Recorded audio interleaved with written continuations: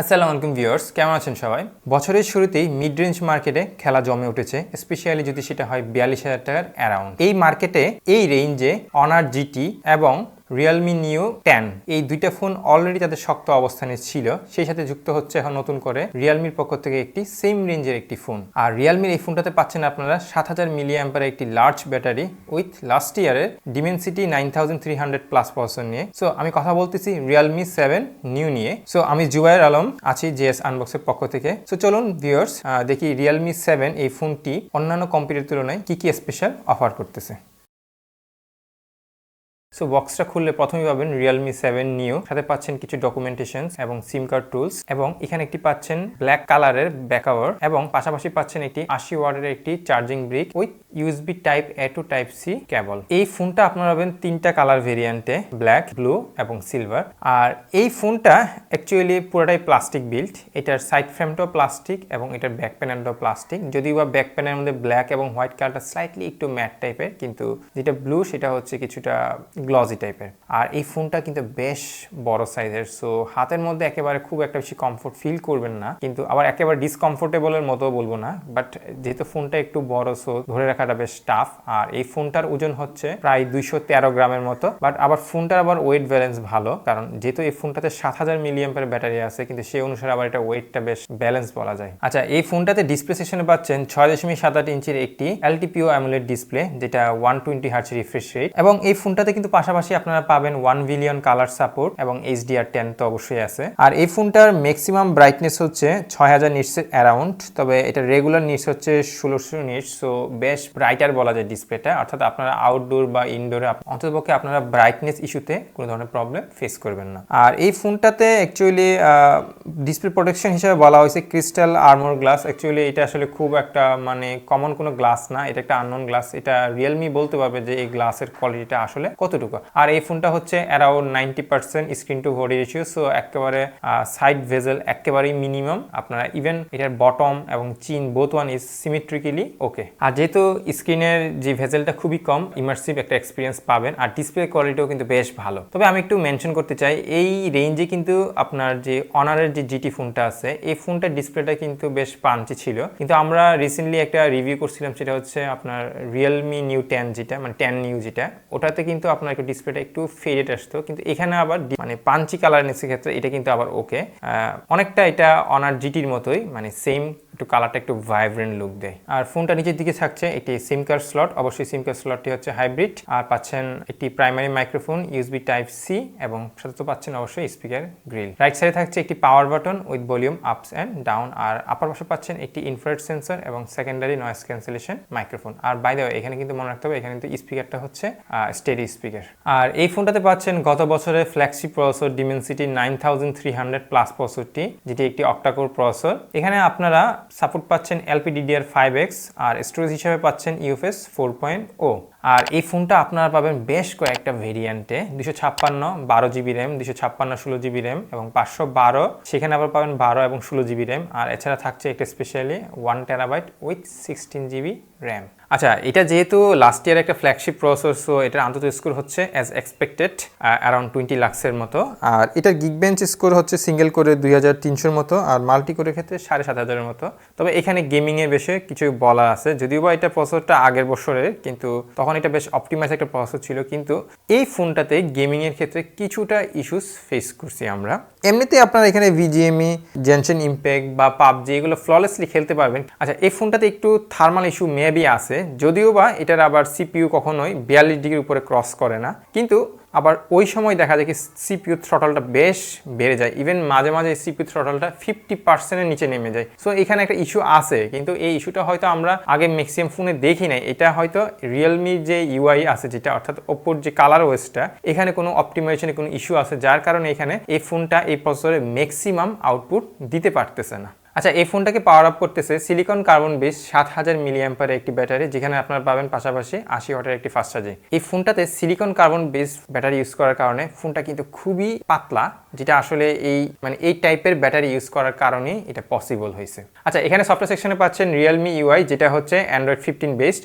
এখানে কিন্তু মনে রাখবেন কালার ওএস এবং OnePlus-এর অক্সিজেন ওএস এবং এই রিয়েলমি UI সবগুলি হচ্ছে মোটামুটি একই একটা UI, জাস্ট শুধু ডিফারেন্ট নাম ব্যবহার করে ইউজ করা হয়। আচ্ছা, এই ফোনটাতে আপনারা পাবেন 12টা 5G ব্যান্ড, পাশাপাশি পাচ্ছেন এখানে ব্লুটুথের 5.4, NFC থাকছে আপনাদের পেমেন্টের জন্য।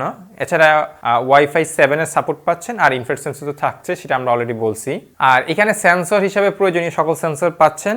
আর এখানে যেটা ফিঙ্গারপ্রিন্ট সেটা হচ্ছে আন্ডার ডিসপ্লে, এটা হচ্ছে অপটিক্যালটা, রেগুলারটা, সো খুব ব্লেজিং ফাস্ট বলা যায় না, বাট ওকে লেভেলের। আর ফিঙ্গারপ্রিন্টের পজিশনটা একটু স্লাইটলি নিচু, যেটা আপনার হয়তো ইউজ করতে একটু কিছুটা অভ্যস্ত হতে হবে।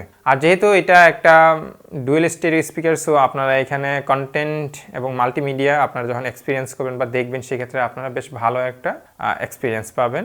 আর স্পিকারের কোয়ালিটি বলতে গেলে বেশ ভালোই। আচ্ছা, এখানে একটা জিনিস মিস গেছে, সেটা হলো এটা কিন্তু IP68 এবং 69, সো এখানে আপনার ডাস্ট এবং ওয়াটার রেজিস্ট্যান্সের সাপোর্ট পাচ্ছেন। আর যেখানে আপনারা প্রায় 1.5 মিটারের মতো নিচে, পানির নিচে আপনারা 30 মিনিট পর্যন্ত আপনাদের ফোনটা রাখতে পারবেন, সো এই জায়গায় একটা প্রোটেকশন থাকছে। আচ্ছা, এই ফোনটা তো বেশ ভালো একটা প্রসেসর দিয়ে আসছে। যখন একটা ফোন ফ্ল্যাগশিপ গ্রেডের একটা প্রসেসর নিয়ে আসে, তখন কোথাও না কোথাও আসলে বাজেট কাট করে, এবং আমার মনে হচ্ছে এখানে আসলে রিয়েলমি বাজেট কাটটা করছে ওদের এই ক্যামেরা সেকশনে। আপনারা এখানে ক্যামেরা সেকশনে পাচ্ছেন 50 মেগাপিক্সেলের একটি মেইন শুটার, যেটা হচ্ছে সনির IMX882। আচ্ছা, এই সেন্সরটা কিন্তু আইকিউ 13 এবং আইকিউ নিউ 10 এ ইউজ করা হয়েছে, কিন্তু ওখানে কিন্তু বেশ ভালো এটা আউটপুট দিচ্ছে, কিন্তু এখানে কিছুটা ইস্যুস আছে, যেটা আমরা আপনাদেরকে বলতে যাচ্ছি অ্যাকচুয়ালি। এছাড়া এমনিতে আপনারা পাবেন 8 মেগাপিক্সেলের একটি আলট্রা ওয়াইড শুটার, যেটা হচ্ছে অ্যাপাচার f2.2, আর এটা দিয়ে আপনারা রেকর্ড করতে পারবেন 4K 30 এবং 60 fps, আর 1080p ক্ষেত্রে 30, 60, 120 fps পাবেন। আর ফ্রন্টে পাচ্ছেন একটি 16 মেগাপিক্সেলের সেলফি, যেটা হচ্ছে 2.4 অ্যাপাচার, এবং এখানে আপনারা রেকর্ড করতে পারবেন 1080 30 fps এ।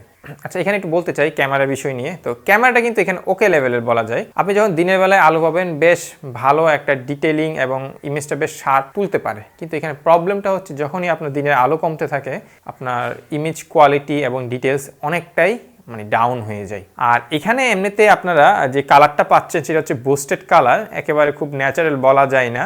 এখানে আপনারা হয়তো একটা জিনিস খেয়াল করবেন, এখানে ক্যামেরাটা কনসিস্টেন্সিটা ওকে না, অর্থাৎ আপনি হয়তো একটা ছবি তুলছেন, খুব ভালো আসছে, আবার দেখা যাবে কি পরবর্তী ক্লিকে ছবিটা হয়তো অনেক ডাউন কোয়ালিটি চলে আসছে। তো এই বিষয়টা এখানে আপনার কালারওয়েস বা বলেন বা রিয়েলমি ইউআই বলেন, এখানে অ্যালগোরিদমে কিছু ইস্যুস রয়ে গেছে। আর ভিডিও রেকর্ডিংয়ের ক্ষেত্রে এখানে জিটারিং আপনারা পাবেন। এখানে যদিও এটা একটা ওয়াইস বেসড ক্যামেরা, কিন্তু জিটারিং কিন্তু এখানে ইস্যুস রয়েই গেছে। সো ভিডিওর ক্ষেত্রে এটা আমি আপ টু মার্ক বলতে পারতেছি না। আর এমনিতে ফ্রন্ট ক্যামেরাও অলসো ইমেজ ওকে, বাট এখানে ফ্রন্ট ক্যামেরার ক্ষেত্রে আপনারা ইমেজ স্টেবিলাইজেশন পাচ্ছেন না। আর আলট্রা ওয়াইডের ক্ষেত্রে কিছুটা কালার অ্যাজ ওয়েল খুব বুস্টেড হয়, এবং সেখানেও আপনারা আসলে ইআইএস বা ওয়াইসে কোনো সাপোর্ট পাচ্ছেন না। সো ক্যামেরাটা আসলে এখানে অ্যাকচুয়ালি রিয়েলমি একটু ডাউনগ্রেড করছে এখানে। তো এটা হয়তো ওদের একটা marketing policy for cost cutting actually.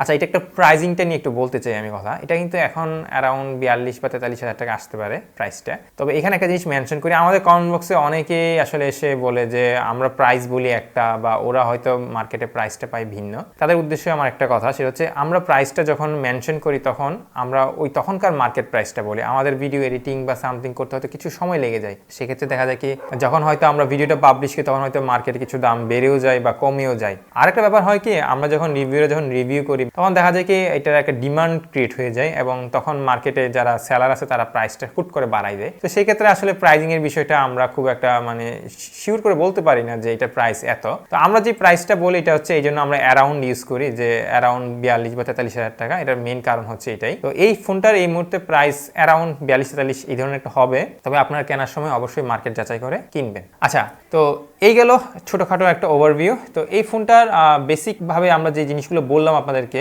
সেখানে কিছু জিনিস আমি হাইলাইট করতে চাই। এই ফোনটার কিন্তু এসওসি অ্যাকচুয়ালি গ্রেট, বিল্ড কোয়ালিটিও ভালো, প্লাস্টিক বিল্ড হলো, কোয়ালিটি ভালো, এবং যেহেতু এটা ফ্ল্যাগশিপ প্রসেসর, সো আপনারা এখানে ইউআই এক্সপিরিয়েন্স থেকে শুরু করে গেমিং এর ক্ষেত্রে শুরু করে সবকিছু ভালো পাবেন। তবে এই ফোনটার কিছু জায়গায় হয়তো কস্ট কাটিং করা হয়েছে, যেমন ক্যামেরা। এখানে কিন্তু ক্যামেরাতে ফ্রন্ট ক্যামেরায় জাস্ট 30 fps রেকর্ড করা যায়, তাও আবার ইআইএস নাই। আর ব্যাকের ক্ষেত্রে দেখলাম যেটা জিটারিং করে, আবার তবে হ্যাঁ আবার ওয়াইসটা ভালো কাজ করে, কিন্তু একটা শেকিং এর যে জিটারিং যে ভাবটা থাকে সেটা থাকে। সো এই জায়গায় হয়তো রিয়েলমি কিছুটা ইমপ্রুভ করতে পারতো, কারণ তাদের এই সেম রেঞ্জের কম্পিটিটর হিসেবে যদি আমি বলি অনার জিটি, সেটা কিন্তু আবার এই জায়গাটাতে বেশ স্ট্রং পজিশনে আছে। সো চাইলে তারা এই জায়গায় হয়তো সফটওয়্যার আপডেটের মাধ্যমে ইন ফিউচারে আপগ্রেড করতে পারে। তো আজকে ভিডিওটা এতটুকুই। সো ভালো থাকবেন সবাই, আর আমাদের চ্যানেলটাকে অবশ্যই সাবস্ক্রাইব করবেন, ভিডিওগুলো অবশ্যই তো লাইক দিবেন, আর আমাদের ফেসবুক পেজ এবং ইনস্টাগ্রাম পেজের লিঙ্ক দেওয়া থাকবে ডেসক্রিপশনে, সো আপনারা অবশ্যই ফলো করবেন। আর আপনাদের কেমন লাগছে এই ফোনটা সেটা অবশ্যই অবশ্যই আমাদের কমেন্ট বক্সে কমেন্টস করে জানাবেন। সো দেখা হবে পরবর্তীতে অন্য কোনো ভিডিওতে, সে পর্যন্ত ভালো থাকবেন। বাই বাই, টাটা, আল্লাহ হাফেজ। আচ্ছা, আমাদেরকে